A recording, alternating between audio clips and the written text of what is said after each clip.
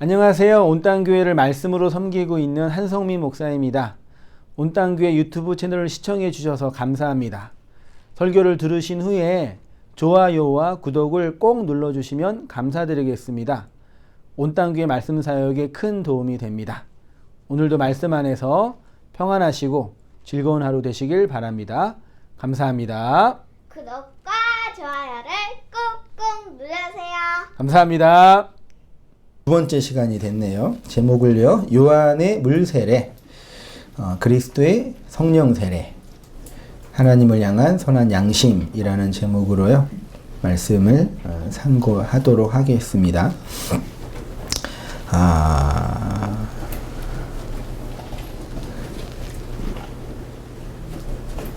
볼게요. 찬찬히 읽으면서요, 정리해 보도록 할게요.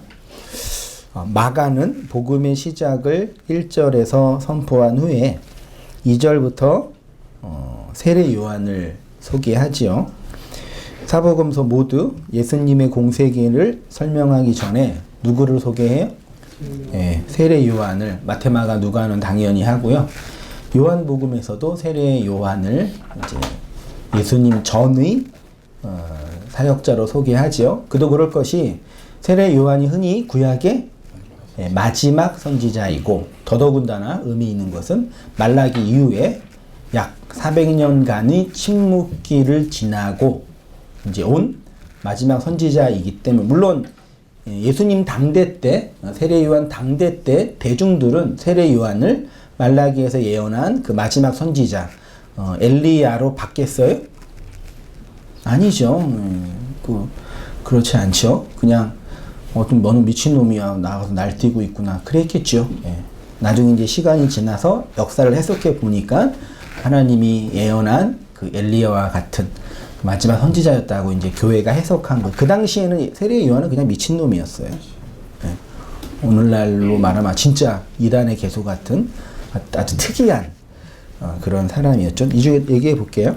아무튼 그렇게 이제 시작이 됩니다. 이는 복음은 세례 요한으로부터 시작되기 때문입니다. 복음서의 시작이 세례 요한이라는 얘기예요. 물론 보다 근본적인 것은 하나님의 작정과 예정이 있는 것이지만 역사 안에서 예수 그리스도의 시작은 세례 요한부터 출발하지요. 세례 요한의 존재와 사역의 목표는 하나뿐이 없었는데, 그건 바로 예수 그리스도를 당대의 대중들, 당대의 대중들이라 함은, 당대의 대중들은 다 종교가 뭐였어요? 유대교였죠. 유대 교도들에게 예수를 소개하는 거죠. 이건 어마어마한 충격적인, 마치 오늘날로 말하면 이게 좀 적절한 비유일지 모르겠지만, 개신교들한테 이단의 개수를 2만이나 그런 충격이었어요. 혹은 통일교 누구지? 죽은 사람? 문선명이나 박태선이나 이런, 우리 틀에서 되게 볼 때 되게 우리 그 이단적인 사람들을 소개하는 것 같은 매우 종교적으로는 이단적이고 정치적으로는 아주 진보에 가까운 사건이죠. 우리가 이해하는 세례 요한과 좀 사실 달라요, 사실은요. 마태복음과 누가복음에, 공강복음에 있는 내용을 이렇게 있어요. 제가 읽어볼게요. 그때 세례 요한이 이르러 유대 광야에서 전파하여 말하되 회개하라, 천국이 가까웠느니라 하였으니 그는 선지자 이사야를 통하여 말씀하는 자라. 일렀으되 광야에 외치는 자의 소리가 있어 이르되 너희는 주의 길을 준비하라, 그가 오실 길을 곧게 하라 하여. 비슷하죠? 마가복음이랑 누가복음 같이 한번 읽어보겠습니다. 시작. 디베르 황제가 통치한 지 15해 곧 본디오 빌라도가 유대의 총독으로 헤롯이 갈릴리에 분봉하므로 그 동생 빌립이 이두레와 드라고니 지방에 분봉하므로 루사니아가 아빌레네에 분봉하므로 안나스와 가야바가 대제사장으로 있을 때에 하나님의 말씀이 빈들에서 사가랴의 아들 요한에게 임한지라. 요한이 요단강 부근 근처에서 와서 제사함을 받게 하는 회개의 세례를 전파하니 선지자 이사야의 책이 쓴 바 광야에서 외치는 자의 소리가 있어 이르되 너희는 주의 길을 준비하라, 그의 길을 오실 길을 곧게 하라. 이렇게 이제 표현되어 있고요. 공강복음에서 소개하는 세례 요한은 비슷하지요. 예루살렘이 아닌 어디요? 광야. 화려한 옷이 아닌 약태 털옷. 광야의 식량이 메뚜기와 석청 등등을 먹으며 광야의 외치는 소리가 되어, 핵심은 회개하라. 회개하면 자복하죠. 죄를 자복하고 그 증표로 뭐 받는 거예요? 세례를 받는 거죠. 요게 이제 공간복음의 서의 세례 요한에 대한 설명이고, 요한은 나중에 기록된 거니까 조금 더 신학적인 내용이 첨가된 것처럼 보여요. 하나님으로부터 보내심을 받은 사람이 있으니 그의 이름은 요한이. 그러니까 마테마가 누가는 그 부르심의 근거를 구약의 성경부터 얘기했잖아요. 근데 요한은 어디부터요? 하나님으로부터 얘기한 거예요. 좀 더 초월적으로. 그가 증언하러 왔으니 빛에 대하여 증언하고 모든 사람이 자기로 말미암아 믿게 하려 함이라. 그는 그 빛이 아니요 이 빛에 대하여 증언하러 온 자라고 이제 요한의 신적 권위를 얘기하는 거죠. 마테마가 누가는 요한의 그 선지자적 권위를 얘기한 거라면 요한은 신적인 권위. 왜냐하면 요한은 하나님에 대한 증언하는 책이 더 가까우니까요. 아무튼 요한복음은 세례 요한이 하나님으로부터 보내심을 받은 자라고 소개하며 하나님의 작정과 예정 안에서 시작된 복음을 선언하고 있습니다. 그리고 그의 사역의 핵심은 그 빛을 증언하고 하기 위함이고, 그의 사역의 목표는 세례 요한의 추종자를 만들기 위함이 아니라 자기로 말미암아 그 빛을 믿게 하려고 하는 거죠. 세례 요한의 나중에 나누겠지만 세례 요한의 사역의 목표는, 내용은 뭐 하는 거였어요? 회개하고 그들의 죄를 자복하게 하고 그 증거로 뭐 하게 하는 거예요? 세례를 받게 하는 거죠. 이게 이제 유대인들에게는, 유대 교도들, 무신론자가 아니에요. 철저히 하나님을 믿고 있는 유신론자들이었어요. 그들에게 있어서 이 말은 아주 그들의 그 종교 체계와 그들의 도그마 체계를 완전히 무너뜨리는 캐리그마죠. 잘 믿고 있다고 생각했는데 어느 날 누가 와가지고 회개하세요? 그것도 회개하세요도 아니죠. 아주 그냥 욕을 했을 거예요 아마. 이런 하면서 니네가 인간이냐 하면서 막 하면서 회개해. 안 하면 니네 죽어. 이렇게 하면서 했겠죠. 그러니까 당대 유대 교도들에게는 아주 그냥 충격이었죠. 대중들에게는. 근데 더 큰 문제는 대중들은 그냥 특이한 놈이네? 오, 설교 괜찮네? 이 정도였겠지만 종교 회계문의를 갖고 있었던 리더들에게는 어떤 문제였겠어요? 아주 그냥 자신들의 종교적 그 밥그릇을 빼가는 아주 악한 존재였겠죠. 네, 그렇습니다. 그런 이제 세례 요한의 사역이 이제 전제되어 있습니다. 1장 2절 제가 볼게요. 선지자 이사야의 글에 보라, 내가 내 사자를 내 앞에 보내노니 그가 내 길을 준비하라 그랬죠. 세례 요한을 마테마가 누가, 공간복음서는 모두 그 기원을, 그 전제를 누구의 글이요? 선지자 이사야의 글이죠. 이건 사실은 선지자 이사야의 글만 아니라 원래 주의 길을 예비하라라고 보낸 그 사자는 이사야에만 있는 게 아니라 이 페이지에 가면은 출애굽기와 말라기에 나와 있어요. 출애굽기 23장 20절 있죠? 같이 한번 읽어보시겠습니다. 시작. 내가 내 사자를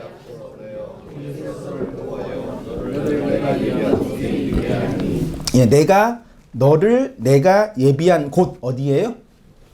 출애굽기 문맥이잖아요. 출애굽기는 출애굽한 홍해를 도하한 이스라엘 백성에게 약속을 준 거잖아요. 그럼 그들이 가야 할 땅은 어디예요? 가나안 땅이죠. 가나안 땅에 들어갈 때 누굴 보낸다고요? 사자 말라크를 보낸다는 얘기예요. 그러면 이스라엘 백성이 가나안에 들어갈 때 그와 함께 들어간 사자는 누구예요? 여호수아죠. 가나안 땅에 들어갈 때 그냥 들어가면 돼요?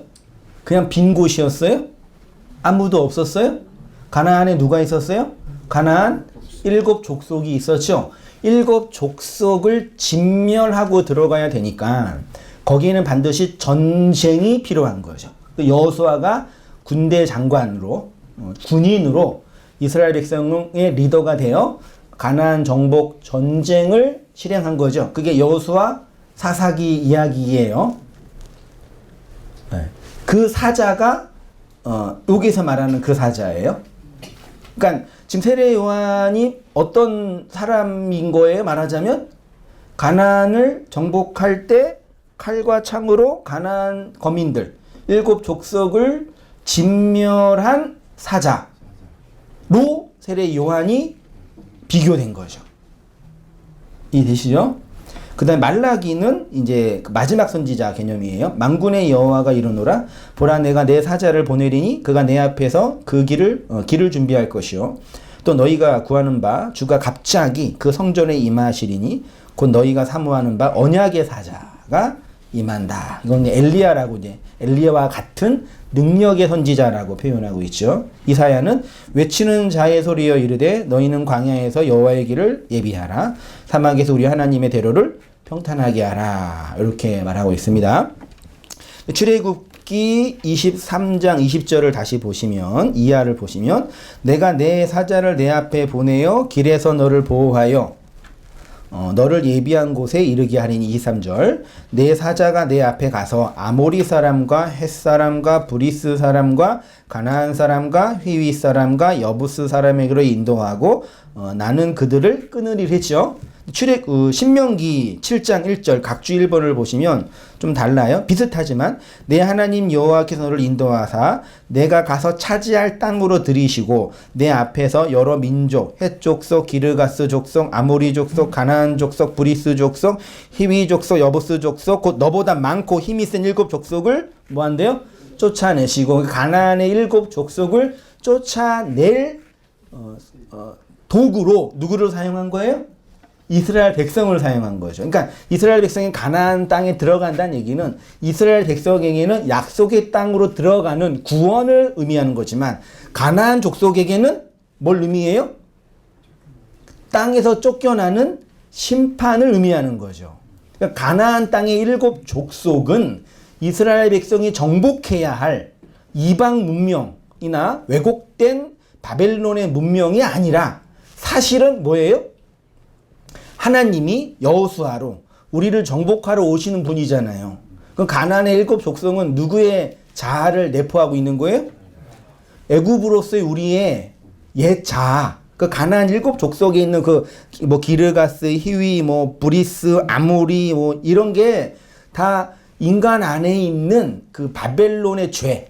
하나님을 거역하고 대적하는 인간 안에 있는 그 죄의 종자들을 상징하는 족속이에요. 사실은요. 다 하나하나에 다 의미가 있죠. 다 나중에 뭐 기회가 된다면 이런 족속들이 뭘 의미하는지 또 살펴보면 좋겠죠. 아무튼 가나안 정복 전쟁에 들어갈 때 그들 앞에서 사자를 먼저 보내신다고 약속을 하셨는데 마가는 그 가나안 정복 전쟁의 문맥에 있는 본문 그대로 차용하면서 가나안 정복 전쟁의 핵심은 이스라엘을 약속의 땅으로 인도하는 것뿐만 아니라 다른 한편으로는 가나안 7 족속을 이스라엘이라는 하나님의 도구로 멸망시키는 일인 것도 한 거죠. 그러니까 이스라엘에게는 구원이고 가나안 족속에게는 심판인 거예요. 십자가가 구원받기 전에 우리에게는 심판이고 구원받은 우리에게는 구원의 은총인 거잖아요. 이스라엘이 400년 동안 애굽에서 종살이 하게 된 이유 중에 하나가 아직 가나안의 죄가 충분히 차지 않았기 때문이라고 기록하고 있죠.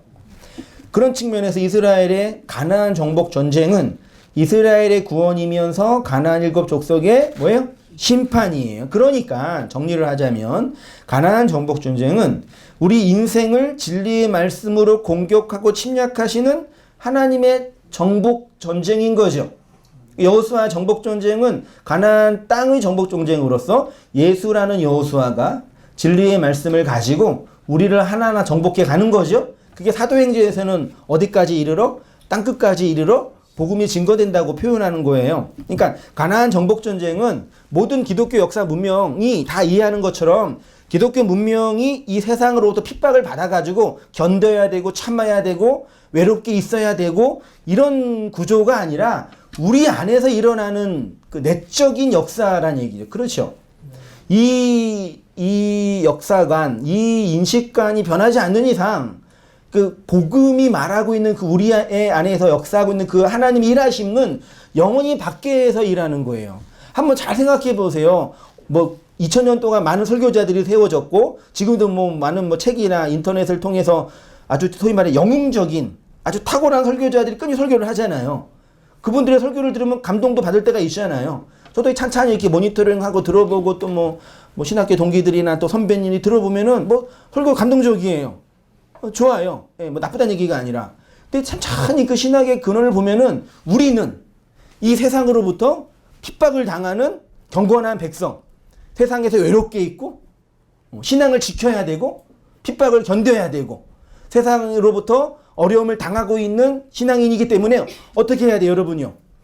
왕따를 당하더라도 사업에 어려움을 겪더라도 믿음을 지키며 견디는 그 신앙을 살아야 돼요. 왜냐? 이 세상은 악하고 바벨론의 문명이고 사탄이 지배하고 있기 때문에 이 구도를 벗어나지 못해요. 자기가 가나안 7족속이라는 걸 알면은 그렇게 말할 수 있을까요? 7 귀신이 우글거리고 있는 바벨론의 도시라는 걸 알면 그렇게 말할 수 있을까요? 이 세상이 악해요. 그 악이 어디에 있는 거예요? 다 우리 안에서 다 있잖아요. 아직 다 못 봐서 그런 것 뿐이에요. 충분히 본 분도 계시겠지만. 그 이원론적인 선악 구조의 개념에서 벗어나지 못하면 하나님의 그 구원의 은혜가 우리 안에 임하는 그 양식으로서의 그 언약궤와 속죄소의 은총은 영원히 묘연한 그 사건이 되는 거예요. 내 안으로 들어오는 하나님의 그 말씀을 모르면요. 그렇지, 하나님이 여러분을 여호수아라는 예수가 말씀으로 이렇게 공격해 들어오신 거죠.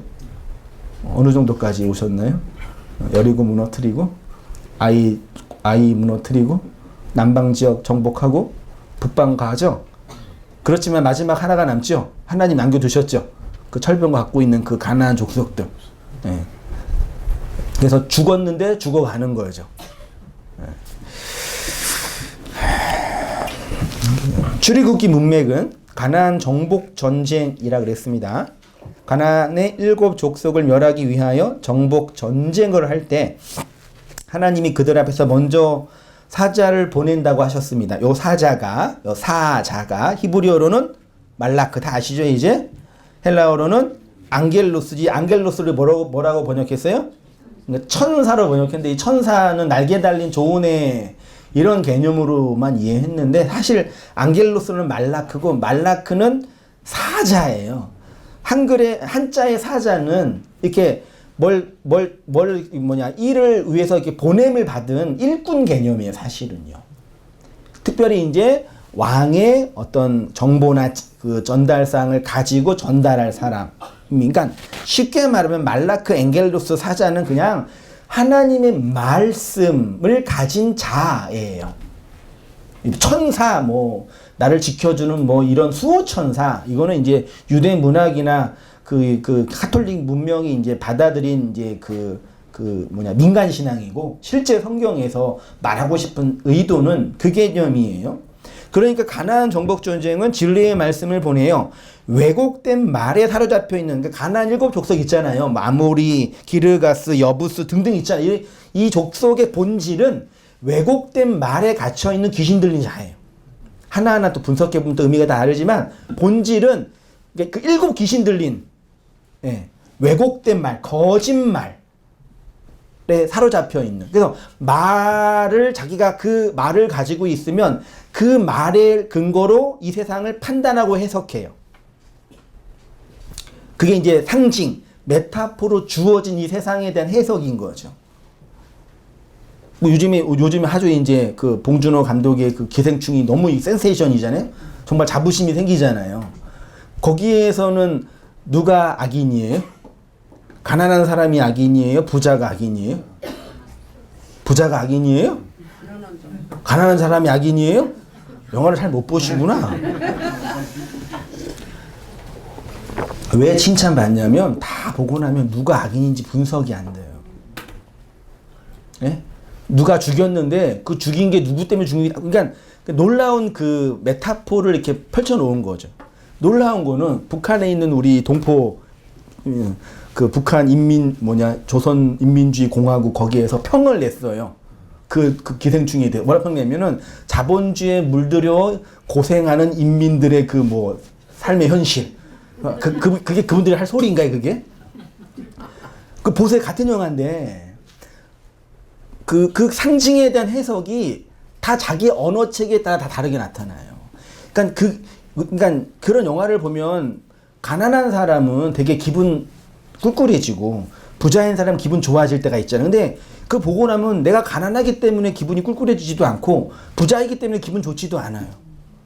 그러니까 거의 뭐 선지자적인 마인드가 있는 그런 천재적인 사람인 거죠. 그러니까 사실 선지자들이 그런 이 세상을 향해서 그런 메시지를 전한 거예요, 사실은요. 상징을 던져놓으면은 그 상징을 자기 입맛에 맞게 해석하는 거죠. 원래 그런 거예요. 성경은 다 그런 상징이에요. 그러니까 여러분 마가복음 집에서 읽으신 분 아니 마가복음 강의를 하는데 16장뿐이 안 되는 이 성경을 한 번도 안 읽어보셨어요? 예? 옛날에? 그 저는 이렇게 저는 그러니까 설교를 준비하는 자의 입장에서 말씀을 연구하는 것도 중요하지만 그냥 한 사람의 독자로 예? 이렇게 읽는 것도 기쁨이거든요. 찬찬히 읽어보니까 너무 놀라워요. 그러니까 뭐 헬라어, 히브리어 이런 게 안 해도 그냥 하나님이 우리에게 당신의 그 사랑과 은혜를 설명하기 위해서 이게 준 게 성경이고 그게 좀 왜곡돼 있고 번역이 좀 오류가 있지만 그 영을 받은 내가 그 말씀을 읽으니까 최소한 하나님이 이 메타포를 통해서 나에게 전하고 싶은 의도가 충분히 읽혀져요. 그 찬찬히 읽으니까 그냥 좋아요. 감동도 되고 이전에 5년 전에 10년 전에 그냥 읽었을 때랑 또 다르고 이해는 폭이 다르고 한번 또 읽어보세요. 율법적으로 읽으시더라도 한번 읽어보세요. 또 이해 폭이 달라질 거예요. 뭐 아주 그 디테일하게 미시적으로도 봐야 되지만 좀 넓게 보는 것도 필요해요. 이렇게 뭉뚱그려서 통정적으로 보는 것도 필요해요. 그래도 안 보실 분은 안 보시겠지만. 그 안겔로스 말라크 개념입니다. 쉽게 말하면 말씀이에요. 그러니까 가나안 정복 전쟁은 진리의 말씀을 보내요. 왜곡된 말에 사로잡혀 있는 가나안 족속인 우리의 옛 자아를 죽이심으로 우리를 그 왜곡된 말씀에서 구원받게 하신 하나님의 구원을 설명하고 있는 겁니다. 하나님이 이렇게 가나안 정복 전쟁을 할 때 뭘 먼저 보낸다고요? 사자. 예수 그리스도가 오시기 전에 그 예수의 또 다른 페르소나, 예수의 말로서의 세례 요한을 먼저 보내신 거예요. 그리고 그를 통해서 죄를 자복하게 하고 회개하게 하는 세례를 베푸시게 했죠.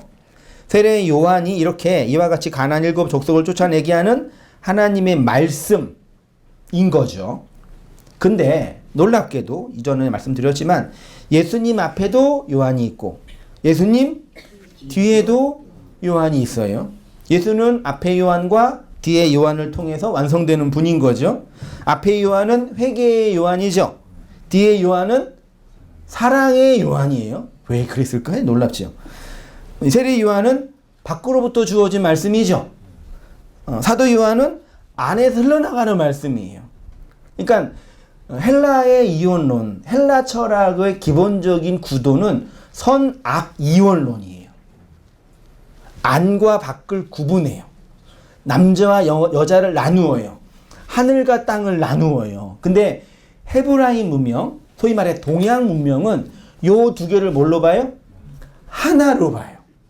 사실 히브리 문명은 동양 문명이 더 가까워요. 그러니까 우리가 그런 측면에서 2000년 동안 기독교 문명이 헬레니즘 철학을 받아서 그 철학 안에서 로마의 그 권력과 함께 놀랍게 종교적 성장을 했는데 그 내용을 들여다 보면은 그 하나님 원래 의도했던 그 하나를 가진 그 내용을 알고 있는 사람은 많지 않아요. 왜냐면 이미 신학 구조 자체가 두 개로 나누어져 있기 때문에요. 선악을 나누어 버린다니까요. 선악과를 먹어야 돼요? 먹지 말아야 돼요? 말로는 먹지 말라고 했지만 먹고 죽으라 그랬잖아요. 그럼 먹는 게 나쁜 거예요? 안 먹는 게 나쁜 거예요?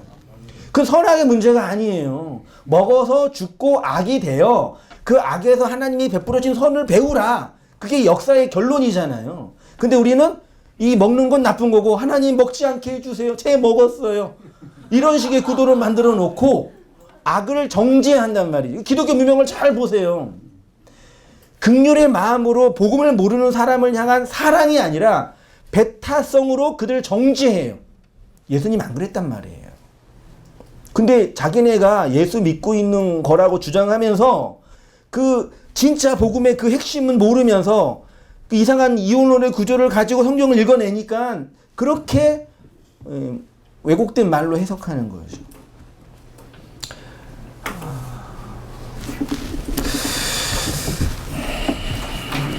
세례 요한은 우리를 그리스도 안으로 인도하는 말씀이고요. 사도 요한은 우리를 그리스도 안으로 살아가게 하는. 그래서 이 밖의 말과 안의 말이 점점 뭐가 돼야 돼요?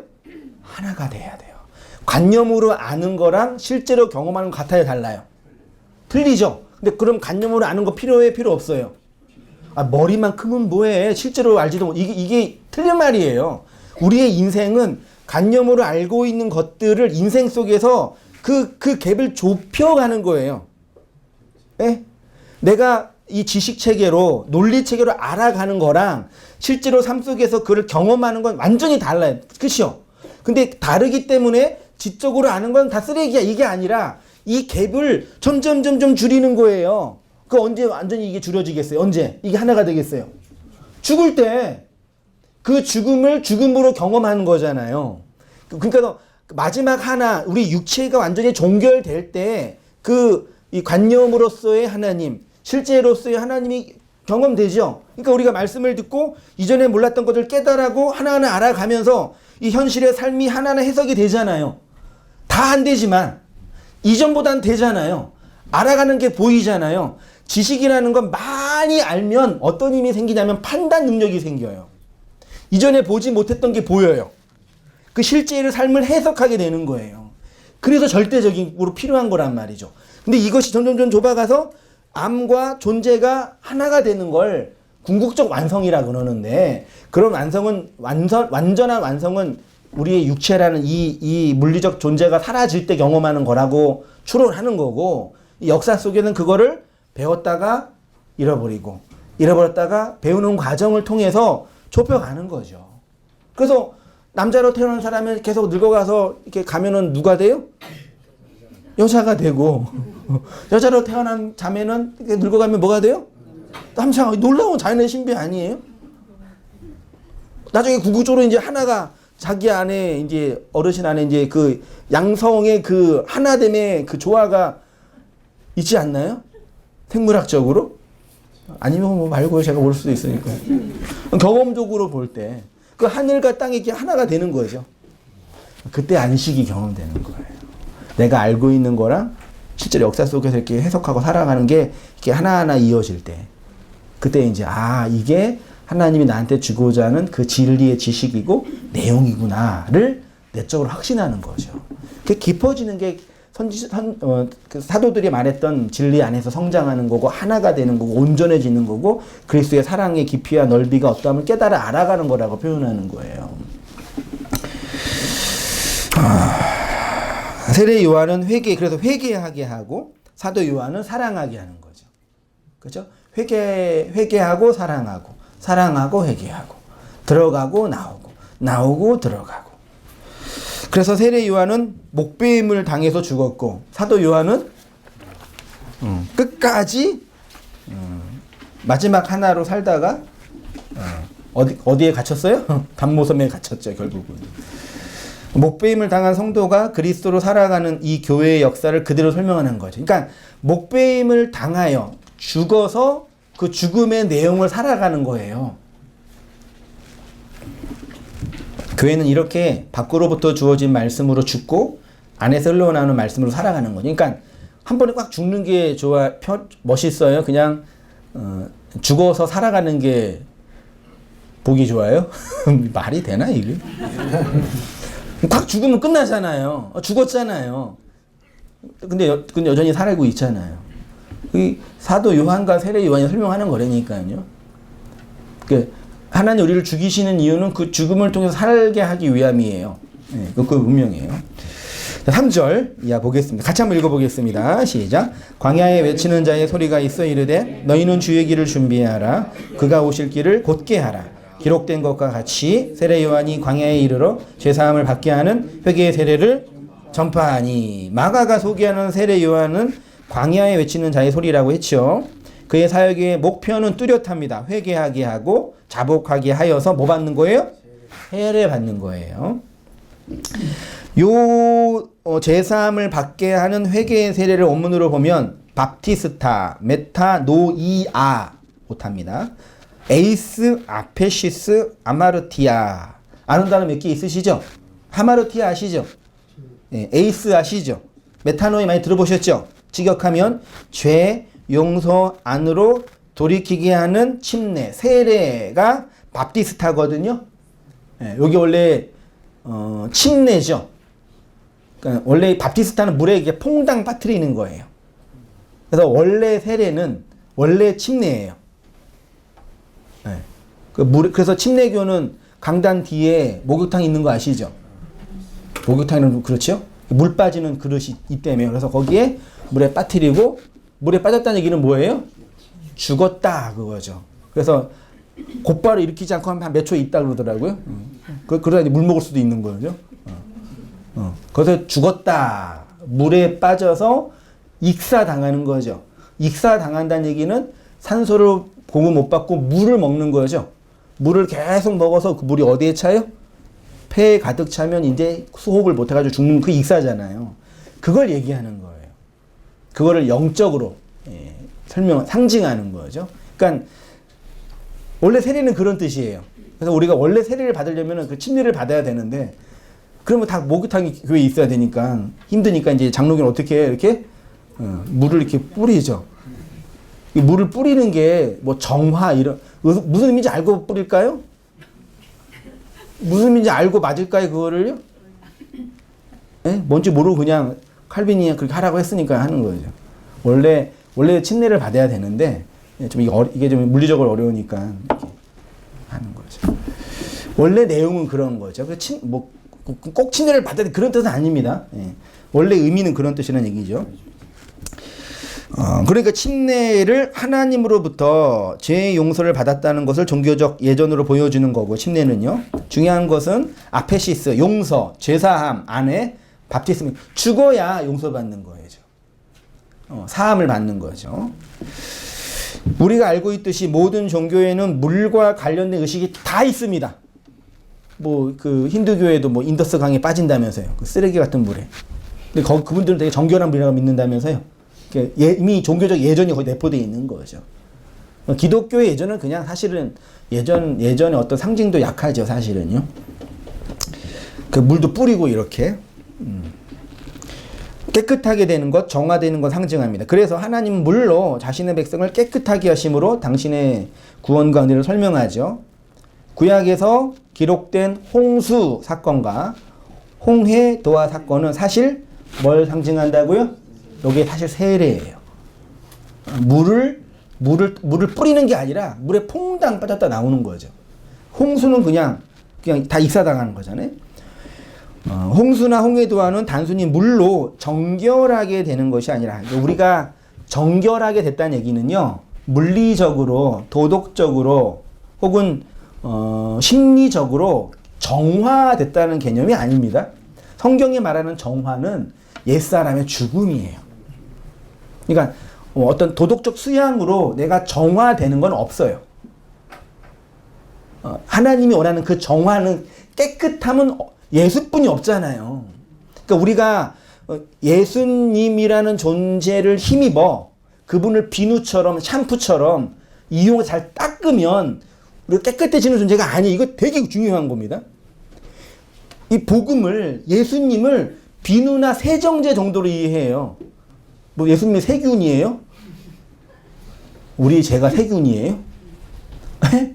우리가 이 세균과 같은 죄를 씻어내면 깨끗하게 된다는 개념이 아니라 존재 자체, 옛사람이 죽어야 돼. 그걸 정화라 그러는 거 사실은요. 근데 이거를 그냥 내 깨끗하게 정화되는 거, 씻는 거, 그거를 이제 심리적 카타르시스로 이제 경험하는 거죠. 실제 우리의 정화는 그 옛사람의 죽음으로만 가능해요. 말씀으로 씻는다라는 사실 그 뜻이에요. 말씀을 율법으로 계속 먹여서 익사당하여 죽이는 거죠. 회개시키는 거죠. 그거를 상징하는 게 대표적인 게 홍수고, 그 다음에 홍해도화입니다. 물에 빠져 죽고 다시 태어나는 걸 정화라고 그래요. 하나님이 우리를 깨끗하게 씻어서 정결하게 하신다는 것의 핵심은 땅의 생명이 우리의 옛사람을 익사시켜 죽이시고 방주 안에서 여덟로 살게 하는 거예요. 창세기 6장 17절 이하 같이 읽어보시겠습니다. 시작. 내가 홍수를 땅에 일으켜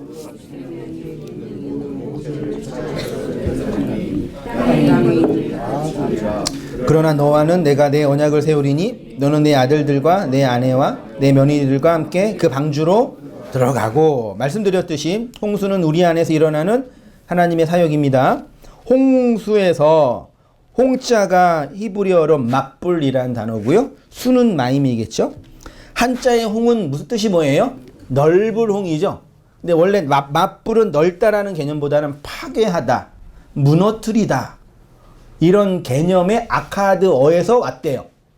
고대 모든 문명에는 다 홍수설화가 있죠. 홍수를 다 경험했단 말이에요. 모든 문명이. 후대의 사람들이 홍수를 생각할 때는 어떤 느낌이 듣겠어요? 끔찍한 거죠. 이건 엄청난 트라우마잖아요. 뭐 전쟁이 일어나고 뭐 지진 이 정도가 아니라니까요. 엄청난 트라우마일 거 아니에요. 내적으로는요. 그 물은 파괴의 물이라는 개념이 이제 고대 근동 지역부터 그런 개념이 쌓였었나 봐요. 언어를 공부한 분들의 이 사전을 보면 그렇게 설명을 해요. 그러니까 이 홍은 맞불은 파괴하다, 그런 개념. 그래서 강력한 물. 그 실제로 홍수가 일어나면 다 휩쓸려 가죠. 예. 불은 뭐라도 남는다 그러는데 물은 아무것도 안 남는다 그러더라고요. 그냥 다 밀려간다 그러더라고요. 한자로 넓다 크다로 번역을 했는데 단순히 넓고 큰 개념이 아니라 파괴하는 거예요. 물로. 그럼 맞불 마임은 쉽게 번역하면 무슨 물이요? 파괴하는 물 정도로 설명할 수 있겠습니다. 홍수가 일어나면 남는 것이 없이 다 휩쓸려 가는 거죠. 그렇게 파괴의 물을 의미합니다. 그러니까 우리 인생에 홍수가 온다는 것은 하나님의 그 파괴의 물, 진리의 말씀이 임하여 우리의 옛사람으로서의 땅의 생명이 그 물에 익사당하여 휩쓸려 가는 거예요. 그래서 우리의 신앙의 경험 속에서 하나님의 그 거대한 홍, 맞불, 마임으로서의 그 말씀이 임하면 이게 그 말에 막 휩쓸려 가는 그런 자각을 하잖아요. 파괴의 물 진리의 말씀이 임하여 우리의 옛사람으로서의 땅의 생명이 그 물에 익사당하는 것입니다. 세례로 번역된 밥티스마가 정확히 홍수로 맞불 마임인 거죠. 그래서 세례는 우리의 옛자가 물에 익사당하여 죽는 것을 의미합니다. 그것을 홍수로 혹은 홍해의 도화로 물에 씻는 것으로 설명하신 거예요. 근데 중요한 건 요 맞불 마임, 파괴의 물이 우리의 땅적 생명을 휩쓸어 간다는 얘기는 그냥 사멸시키고 그냥 멸망시킨다는 개념에 머무르면 안 되고 휩쓸러 가잖아요. 뭘 끌고 가는 거예요. 어디로 데리고 가는 거예요. 홍수는 어디로요? 어디로요? 방주로. 그 홍수를 통해서 결국 하나님이 세우고자 했던 건 뭐예요? 방주예요. 그러니까 홍수를 멸망시킨다는 방주로 모은다라는 얘기예요. 밖에서 계속 공격해야지 어디로 들어갈 거 아니에요. 에? 인간이 저 방주 안에, 방주는 언약궤예요. 지성소고 좋은 곳이야. 가자. 그러고 가요? 예? 야, 저기 좋은 곳이라니까 그래 가자. 그럼 가요? 인간이 그럴 수 있을까요?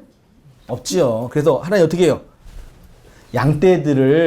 양떼한테 야 우리 여기 밥이 없어 절로 가자 그러면 애들이 가요? 여기 하나님 몰아가잖아요. 이렇게요. 양떼를 이렇게 그러니까 이렇게 몰아간다는 개념이에요. 홍수는요. 몰아가서 하나님의 의도한 어디로 향하게 하는 거예요. 그게 방주예요. 그러니까 방주에 8이 들어간 거예요. 그냥 8명만 고작 구원받는 게 아니라, 물론 8명 구원받았겠지. 그 당시에는 8명만 고작 구원받는 게 아니라 그 구원을 설명하는 거지. 8로 설명하는. 그 물은 그런데 이 파괴의 물은 우리를 파괴하고 무너뜨려 상처와 원망이 가득하여 아각거리게만 하는 물이 아닙니다.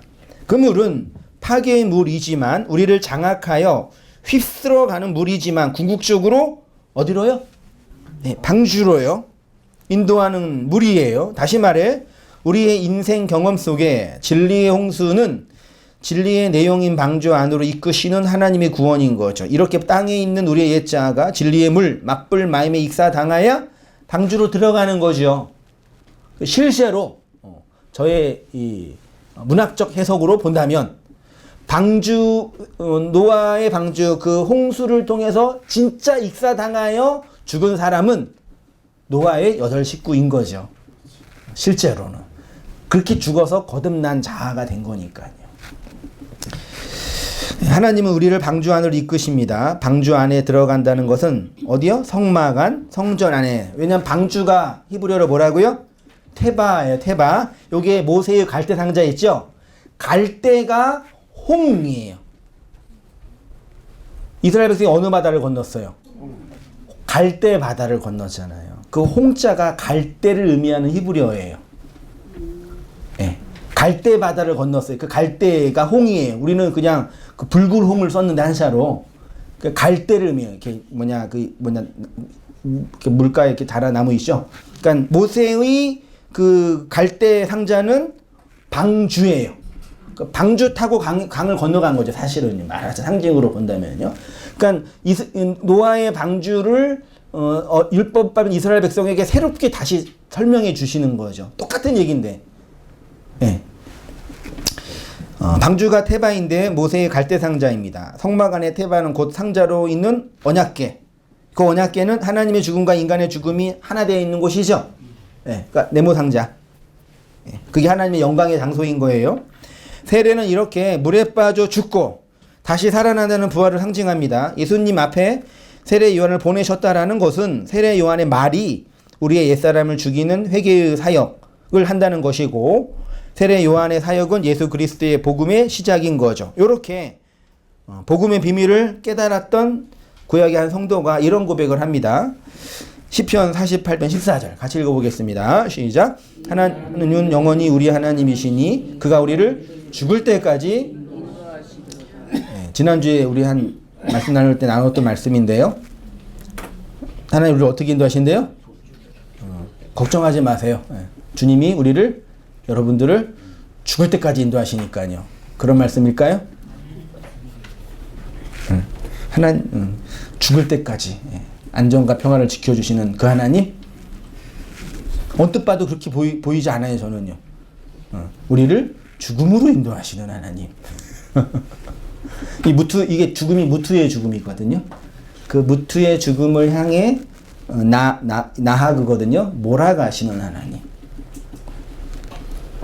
성막 안으로 몰아가잖아요. 그 성막은 죽음의 장소죠. 맞잖아요. 가려지는 거니까. 방주도 죽음의 장소잖아요. 그걸로 몰아가는 거죠. 그게 하나님의 은혜의 시온자라고도 그리스도 아니라고도 하는 거죠. 그러니까 그리스도라는 그 하나님의 구원적 존재가 그 그리스도의 또 다른 페르소나인 세례 요한을 말로 보내요. 당신의 백성을 모으시는 거죠. 그러니까 세례 요한은 사실 예수님의 또 다른 어떤 사역의 한 부분인 거죠. 보내요. 그 세례 요한이 보내는 거죠. 이렇게 모으는 거죠. 몰아가는. 그게 말씀의 기능인 거예요. 우리를 죽을 때까지 인도하신다라는 걸 원문으로 보면 무트 알라 그래요. 직역하면 우리를 죽음으로, 죽음에로, 죽음 곁으로 계속 이게 미알려 영이거든요. 이끄신다. 계속 이끄신다. 구약시대 무트의 죽음이 있는 것이 지성소 성소예요. 그 죽음은 곧 예수 그리스도의 죽음이고 그 안에 인간의 죄와 악이 내포되어 있는 것이죠. 이 죽음을 향해 인도하신대요. 인도하다가 나하그 쉽게 말해 몰아간다. 몰고 가신다. 그래서 시편 23편 6절 많이 얘기했던 본문이지만 같이 읽어보겠습니다. 시작. 내 평생의 선하심과 인자하심이 반드시 나를 따르니 내가 여호와의 집에 영원히 여호와의 집은 베이트거든요.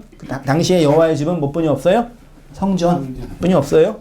성전 안으로, 방주 안으로, 갈대상자 안으로, 지성소 안으로 영원히 산다. 물리적으로 산다는 얘기가 아니라 그 안에 거한다. 뭐 때문에? 하나님의 인자와 선 때문에. 그 인자와 선이 나를 뭐 한대요?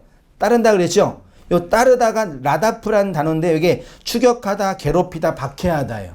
놀랍지 않나요? 하나님이 나를 뒤에서 이렇게 이렇게 추격해 몰고 가시는 거예요. 이렇게 뒤를 한번 보세요. 무섭지 않아요? 아니 물리적 뒤가 아니라 내 역사의 이 과거를 회상해 보세요. 구비마다 하나님의 그 손길이 진리의 말이 몰아가잖아요. 그래서 뒤를 돌아보는 게 무섭잖아요.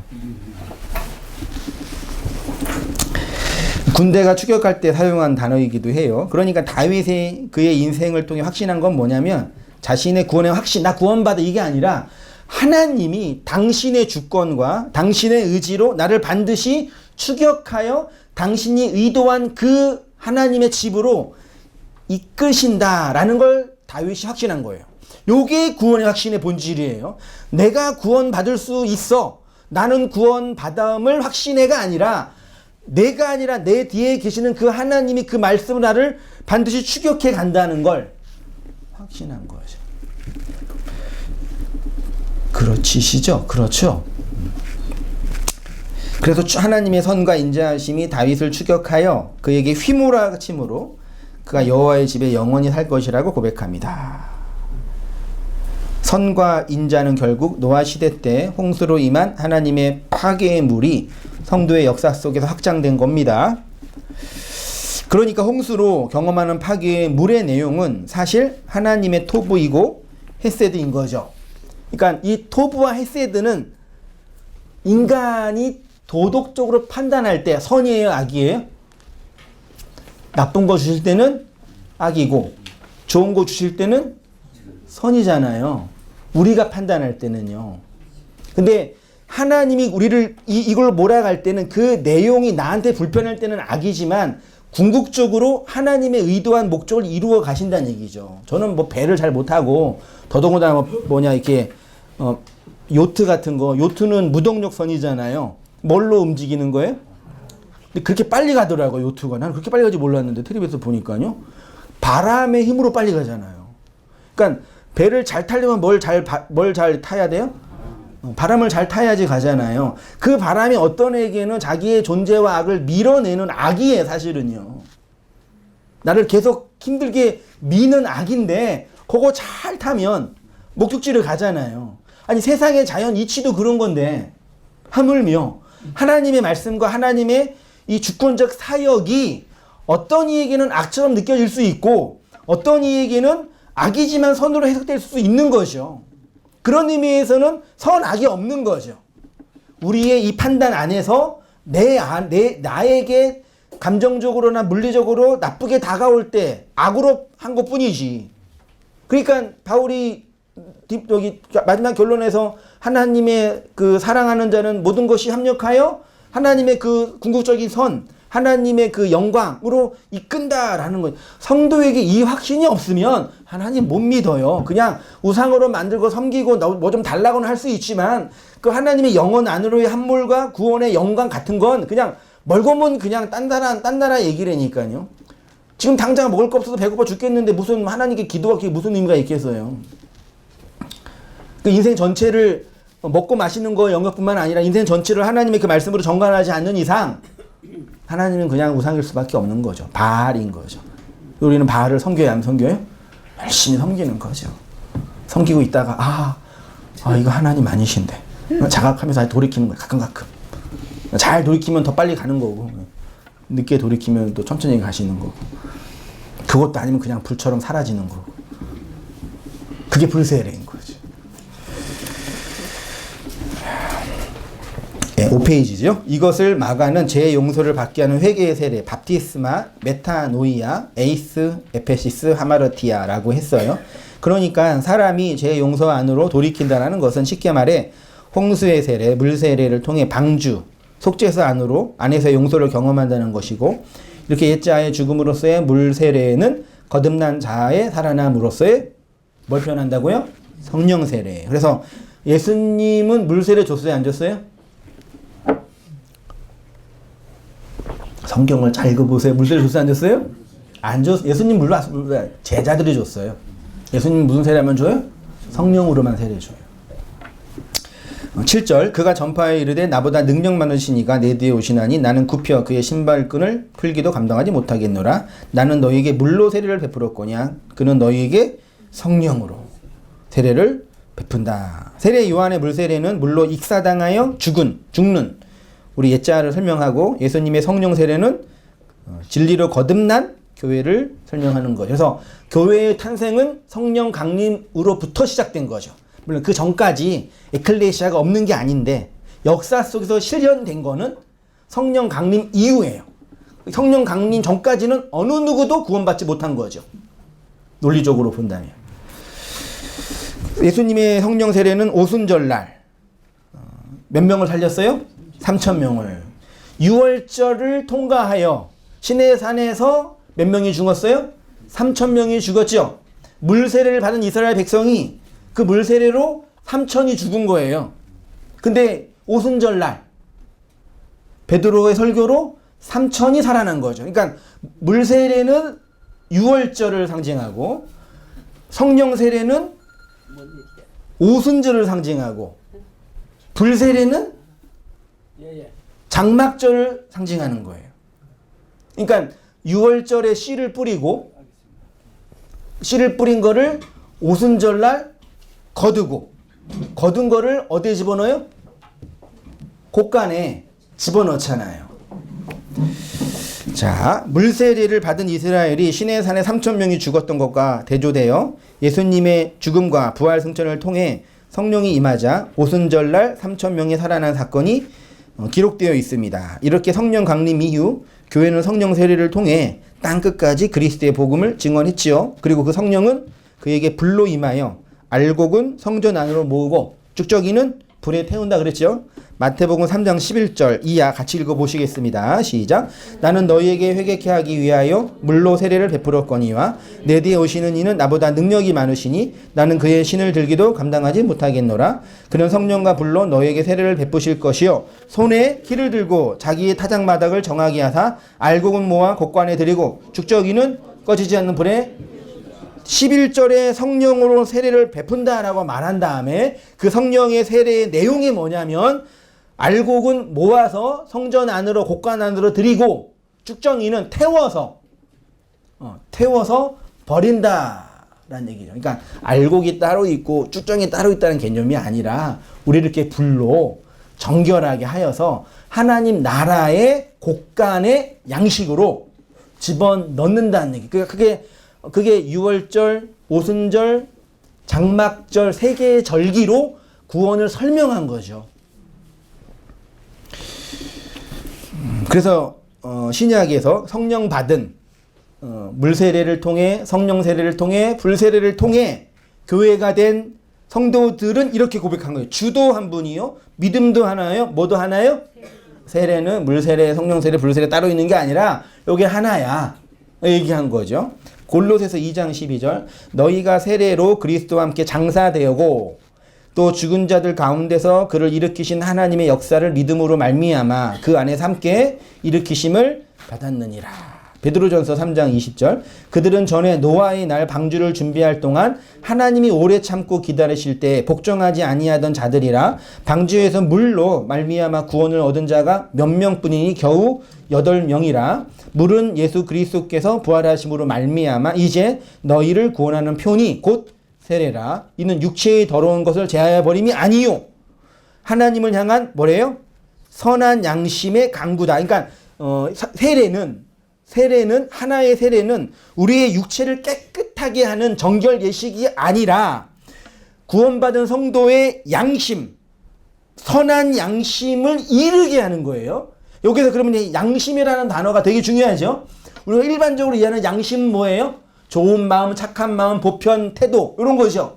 언어로 보니까 양심이 쉬네이 데시스래요. 이게 쉰, 함께 그 다음에 에이도 보다와 합쳐진 거예요. 그 의미를 설명하면 함께 보다, 하나로 보다, 함께 깨닫다. 그게 양심이래요. 그러면 하나님을 향한 선한 양심은 누구와 한 마음 하나로 깨닫는 거예요? 하나님과. 그게 두 개가 하나가 되는 거잖아요. 내 밖에 있는 하나님이 그러니까 내 밖에서 나를 심판하고 나를 도와주지는 어떤 초월자 바알이라고 생각했는데 점점점 그분이 내 안에서 나를 이끌어 가서 하나가 되게 하는 걸, 그걸 베드로가 선한 양심이라고 고백한, 우리가 선한 양심으로 번역을 한 것뿐이고, 시네이 데스, 시네이 도라는 개념으로 쓴 거예요. 원래는 이거를 양심으로 번역해가지고 이제 좀 우리가 오해를 하는 것뿐이죠. 예수 그리스도의 부활로 말미암아 성도가 받은 표로서의 세례는 곧 성령 세례입니다. 그 성령 세례는 교회로 하여금 하나님을 향한 선한 양심의 강구를 하게 하는 거죠. 아, 내가 그 하나님과 하나가 돼야 된다. 단지 뭐 종교적 신비적이 아니라 하나님을 관념으로 아는 것뿐만 아니라 내 역사 속에서 그 알미 실현되고 나타나는 그 관계가 좁아지고 하나가 되는 그 경험이 성도 안에서 나타나는 구원의 내용이라고 말하고 있는 거죠. 성령의 세례는 교회로 하여금 하나님을 향한 선한 양심의 강구입니다. 여기서 말하는 양심은 슈네이 데시스로서 함께를 의미하는 쉰과 보다 알다 깨닫다를 의미하는 에이도가 합성된 단어입니다. 그러니까 성령 받은 성도의 양심의 핵심은 그냥 착하고 반듯한 개념이 아니라 그 영을 주시는 하나님과 함께 보는 것, 그 마음을 함께 배우고 알아가는 것. 그래서 이 역사를 통해서 우리가 구원의 과정을 다 밟고 나서 궁극적으로 하나님이 우리에게 얻고자 하는 마지막 하나의 고백은 뭐예요? 아, 하나님이 이러한 마음으로 나로 살도록 이 세상을 보내셨고 깨닫게 하시고 발견하게 하셨구나를 고백하게 하고 경험하게 하는 거잖아요. 그게 신앙의 성숙이고 하나님의 사랑과 그리스도를 통해서 경험된 그 사랑의 높이와 깊이가 어떠함을 깨달아 그리스도의 아는 충만함과 이르는 그 신앙의 본질이라고 서신서가 계속 말하고 있는 거죠. 그러니까 저는 이렇게 성경을 계속 창세기부터 마가복음을 보도 성경 전체를 보는 거고, 한 절을 암송해도 성경 전체를 보는 거고, 그렇게 놀랍게 하나님이 끊임없이 계속 말씀하시는 거죠. 예.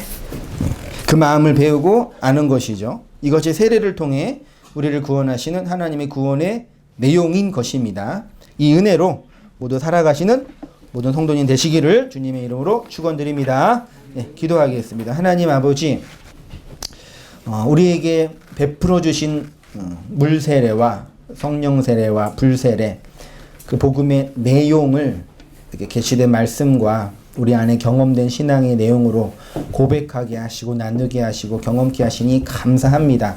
하나님을 향한 선한 양심의 고백과 간구가 우리의 심령 깊은 곳에서 삶의 내용으로 흘러나오게 하셔서 하나님을 아는 것과 믿는 것, 우리의 삶에서 경험되는 그 모든 것들로 하나 되어지는 그 안식과 영광의 은총을 누리며 살아가는 저희의 모든 삶들 되어지도록 인도하여 주옵소서. 감사드리며 예수님의 이름으로 기도합니다. 아멘. 네, 감사합니다. 광고는 뭐 특별한 거 없고요. 이번 주도 성경 공부 있으니까요. 시간 되시는 분은 참석해 주시고 또 못 오시는 분은 또 참고해 주시고 함께 나누어 주시고 그랬으면 좋겠습니다. 코로나 잘 이기시고 또 다음 주도 건강하게 뵙고 교제하고 그렇게 했으면 좋겠습니다. 다 함께 일어나셔서 찬양하고 예배 마치겠습니다. 아까 마지막에 불렀던 10 몇 번이죠? 8번, 18번이? 예, 18번 그가 오신 이유 찬양하겠습니다.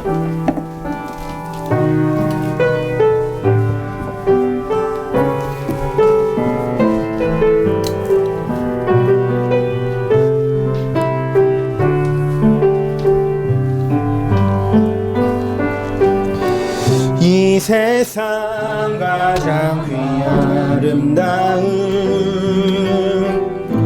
순종의 눈물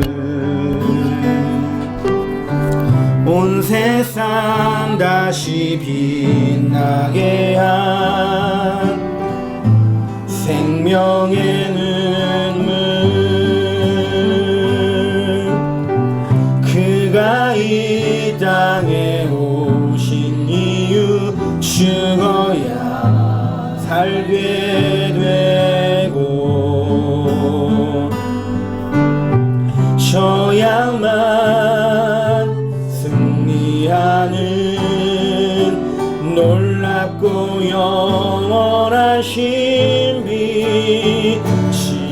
이루신 그대로 회복시킨 우리의 창조주 그리스도 십자가의 길로 아버지 뜻 이루셨네.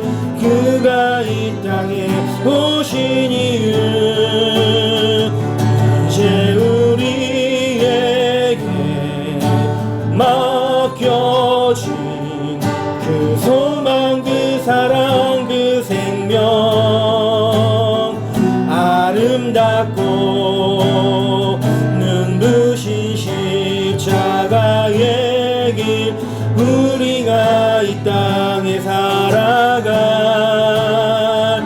이유 지으신 그대로 지으신 그대로 회복시킨 우리의 창조주 그리스도